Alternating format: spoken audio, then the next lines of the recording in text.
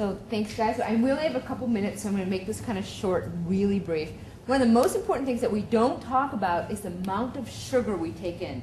The average American, if you have a hemoglobin A1C of 5.6 or 5.4, you're taking in 40 teaspoons of sugar.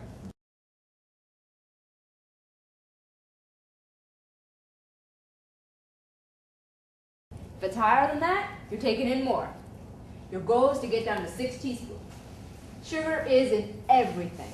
So we're going to go through the good, the bad. We're going to start with the bad, the not so good, and then the good. Okay? So everybody recognize the bad. Special K, Honey Nut Cheerios, just about every cereal on that cereal aisle is bad for you. Except for All Bran and Fiber One. And it's the little twiggy ones that nobody likes. Okay? Because it gets converted to sugar. A bowl of Cheerios gets converted right into 6 teaspoons of sugar. And then you add a banana because, oh, I'm trying to be healthy. You add 3 more teaspoons of sugar. And then you have your orange juice, 4 more teaspoons. And that's a healthy breakfast. If you've got diabetes, if you're trying to lose weight, you are never going to lose weight.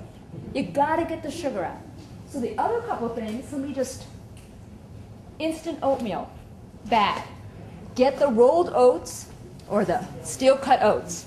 Don't do anything instant. It gets converted to sugar almost immediately. This is something based on something called the glycemic index.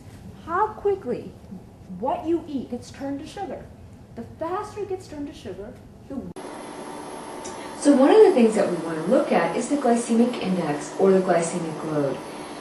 And what's the difference? The glycemic index basically measures how quickly food is broken down into sugar by the body.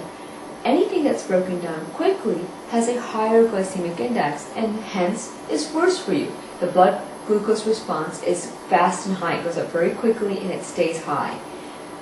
Carbohydrates that break down slowly have a lower glycemic index, and those are the ones that are going to be better for us. The glycemic load is actually the serving size. The glycemic index says everything is 50 grams, and the reason we talk about the glycemic load is a lot of my clients come in and say, beets and carrots are bad for me.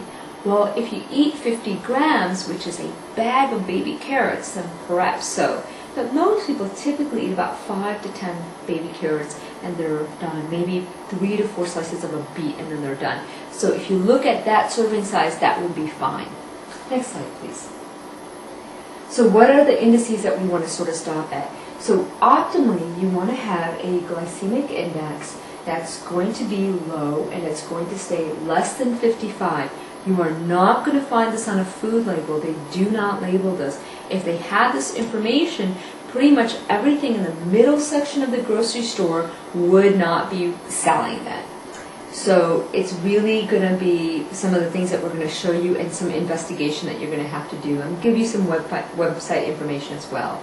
And then the glycemic load is really going to be less than 10 is what we want to look at. Next slide, please.